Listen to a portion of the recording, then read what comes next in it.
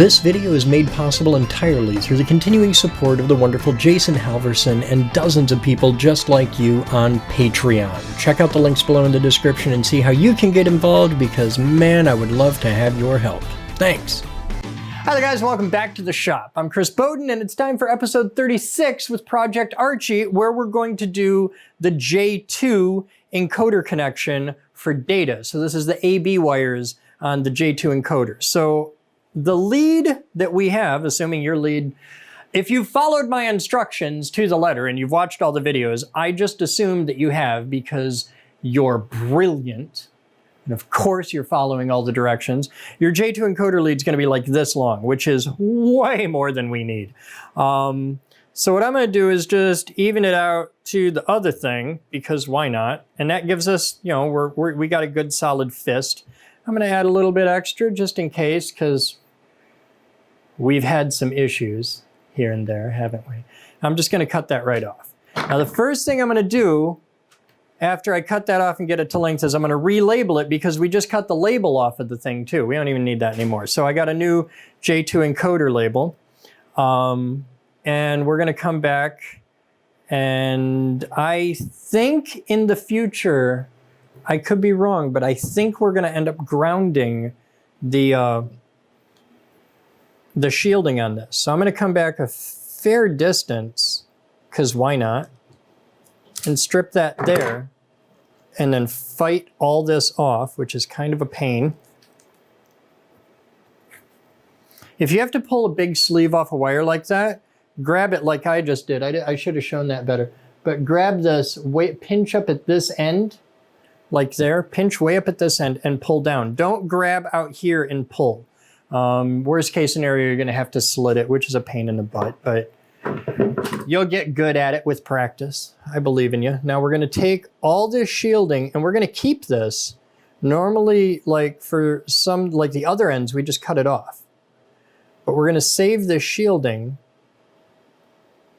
because this, I have a feeling, is going to get tied to ground for noise suppression.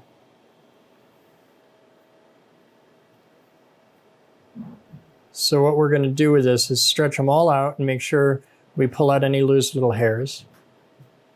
And then we're going to twist that down. So this is totally stupid, but I'm going to teach you something because I'm here doing this. So I'm going to grab just a little cordless drill. I'm going to open the chuck all the way. This is a trick you can use for any time you have a long run or you want to pretty things up and you've got a bunch of separate wires and you want to get them all together. I don't have to do this for this particular thing. It's just an instance where there's a lot of twisting involved and I'm like, hey, I should show this. So you take the end of it and you twist the end together. Thus. I got one flyer coming out in the middle there, so I'm going to cut that off.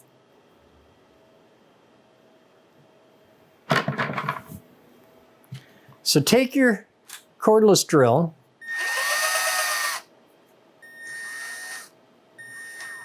and bite just the end with the chuck if you can. Now some chucks have a little hole in the middle, like mine. Okay, this is a little M12. So I'm going to open that up just a bit, and I can't grab it in the middle because my bundle's too thin, but I can grab it through the side. So we're going to grab it like this.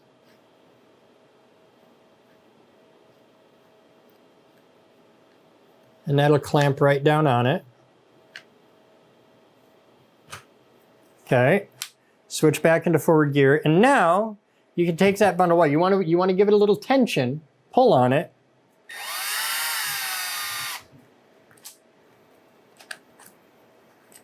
Now, that's really dumb to do in something this short, but if you have to make wires like, I've done this in projects like Tesla coils and stuff where you've got a run that's like this long or something, and you want to make them pretty. If you don't have a data cable like this one here where all your wires are already together, you know, something like this, if you want to make it look like that, chuck the end in a drill and you'll just zip that right to, it works great. I've done this for years. So we're going to keep that. Now we've got a nice tight cable there of all those little ground shield wires. So we may come back to this. I haven't seen any mention of it yet in the manual, but I just got a feeling it seems like that's going to get tied to ground. So for now, we'll just set it aside. And I'm going to put the label on here.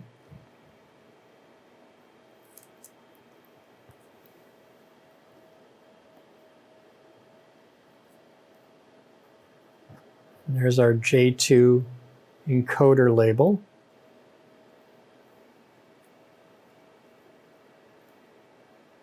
Cool. All right, so what we're going to need is we're working off the red Ethernet cable in here, the blue pair. So these are the only 2 wires we need, just like we did the orange pair last time. Now we're doing the blue pair. And I'm going to separate these out a ways. Because whenever you can have a fair bit of upline wire to work with, that's a good thing. So we're going to strip that down. I'm not even going to try with my other strippers because these absolutely work better for this application. And I'm going to strip off about a 1/2 inch.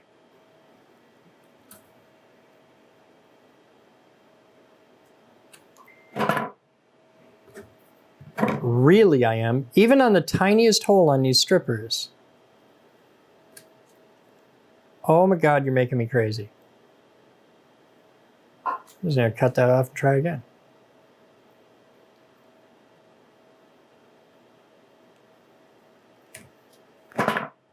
All right, let's try these strippers and see if they'll do. No, but they'll bite it right off. That was kind of funny. Yeah, okay, so those strippers are right out. They just bite it right off. Oh, what do I have? These don't work very well because it's so tiny.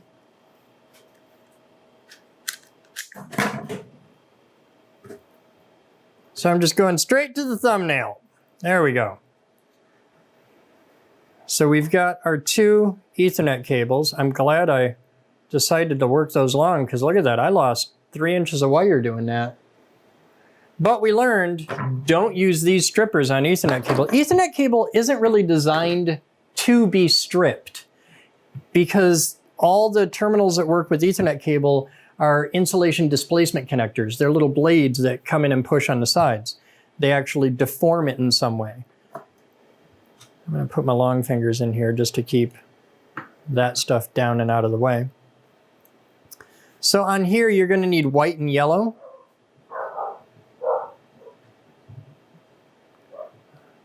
Red and black will get connected to power, probably in the next video. So we'll put those out of the way. And we're going to focus on just white and yellow. Now these, I might be able to strip with this because it's a much more forgiving insulation.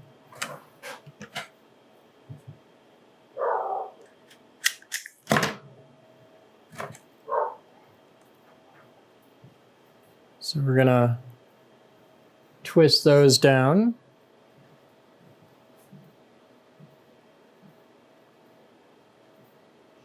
All right, now we're ready. We've got 4 wires ready to go. I'm just going to bend those back because that's weighting me down. It's holding me back. All right, so these are the data connections, the A and B cables on the J2 encoder lead, and they're going to the blue pair on the red Ethernet cable down in there. So the white wire goes to the solid blue. And before we do that, we're gonna get a piece. Now we learned on the last one not to use the tiniest size, so we're gonna step up one. So I'm gonna get 1 piece of blue and 1 piece of yellow. And now the blue wire goes to white. Ooh, I'm gonna do that trick. I had an idea I wanted to show you guys. I'm gonna do it on this one because I can. Pretty certain I can. So this is gonna be neat. I'm going to take a piece of heat shrink, white heat shrink. No, I should be blue because it's the blue pair. We're gonna do a little art. Now we don't have to do this. There's nothing in the manual that says we have to do this, but we're going to for no other reason than aesthetics.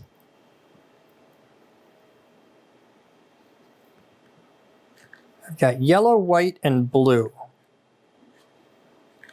I'm going to show you a neat little trick here, just to make this better. So I'm going to take the blue wire is going to connect to white. So we're going to run the white piece of heat shrink up the blue wire, okay? And we're going to spin these apart quite a ways. So we got lots of room to operate here. Now the blue wire with the white stripe is going to connect to the yellow wire. So I'm going to run the yellow heat shrink way up that one. Now over on this side, I'm going to put this piece of blue heat shrink over both wires at the same time. Now this may seem, I'm going to swap the positions of those. I'm going to put this on here.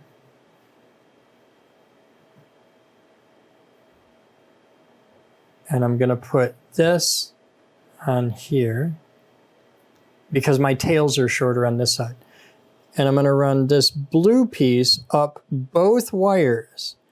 Now, my downside here is I'm going to have to trim that other one off because they're going to have to be closer to the same length for this to work. So we're going to trim this down, and we're just not going to make any mistakes.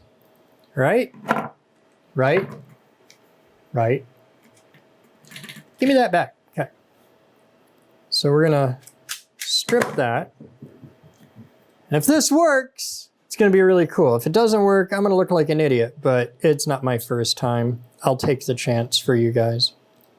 So I'm going to run the blue heat shrink up both wires and slide it way up out of the way. Like that's all the way up to the base.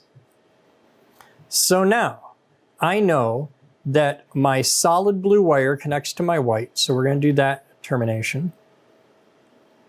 I'm going to do that like this by wrapping that around a lot. This is like half of a rat tail splice. Kind of. It's a little jank. We're going to slide that right up there. I'm going to fold this over. Nice and tight. Okay? And then I'm going to do the same thing on this one.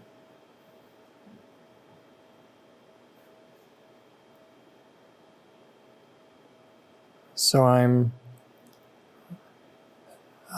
it's hard to hold on to everything.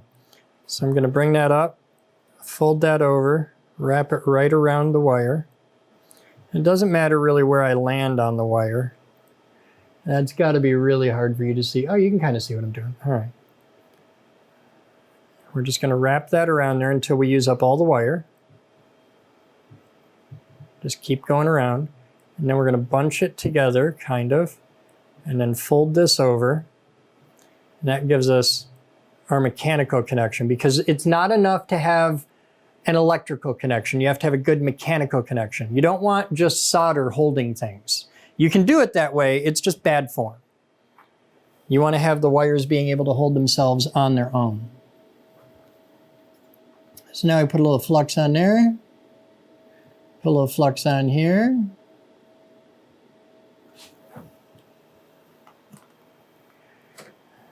And I'm going to grab this here because I want a bit of a heat sink.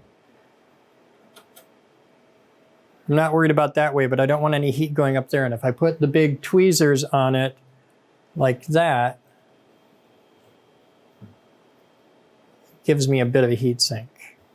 And I'll put this pair of tweezers on here just to hold that out of the way for the moment. Now let's bring in some heat. And we'll solder this. Oh, we should clean that too. Okay. We'll dab of solder.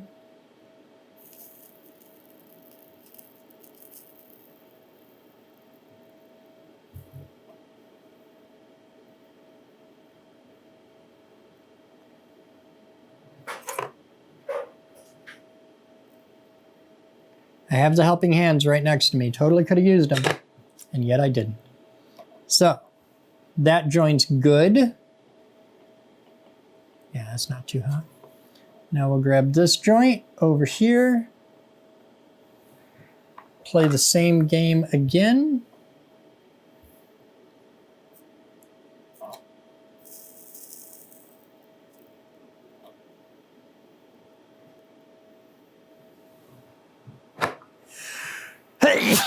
Whew, don't breathe that. It's bad for you. Causes cancer in the state of California. All right, so now we've got those two sorted. Now this is where it gets cool. We're gonna bring the yellow heat shrink down halfway. We're gonna bring the white heat shrink down halfway. I want those to stay there, so I'm gonna pinch them at the end on the wires so that those pieces of heat shrink don't slide up and out of the way. And now we're gonna shrink them down.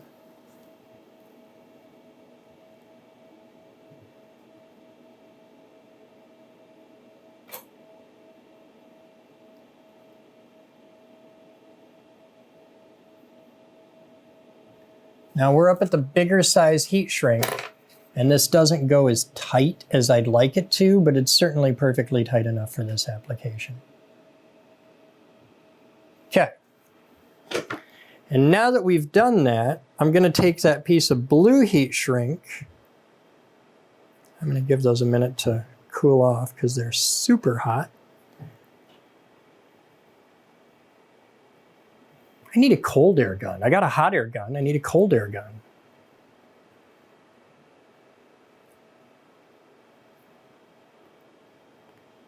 Now, if this is big enough to fit, and it's not, and now I'm sad. See, that was a good idea. I just need a bigger piece of heat shrink. So that piece of blue heat shrink won't actually fit over.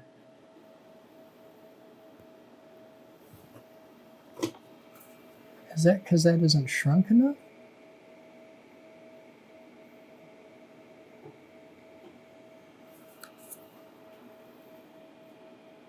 No, those are as tight as they're going to get. So that heat shrink just won't shrink down as much as I need it to. So when I try this on the next one, I just got to use a bigger piece of heat shrink. So this piece of blue heat shrink here is just for decoration at this point because it's not going to go on anything. But my idea was to slip the blue piece of heat shrink down over both of these. I just got to go up a couple sizes. But I learned that now, so on the next one, I know the blue heat shrink needs to be that big. That's the size I need. But now I know. I learned a thing. I tried. Didn't quite make it all the way there. But now I know that's the piece I need on the next one. And the next one isn't going to be blue anyway, but now I know the size, and I'm just going to set that there. And that'll be a little Easter egg for somebody in the future who's watching this and wondering, why the hell is that there? But that's our data connector for the J2 encoder. It's good, it's in. The little piece of blue heat shrink isn't gonna hurt anything. I can even shrink it if it makes you feel better.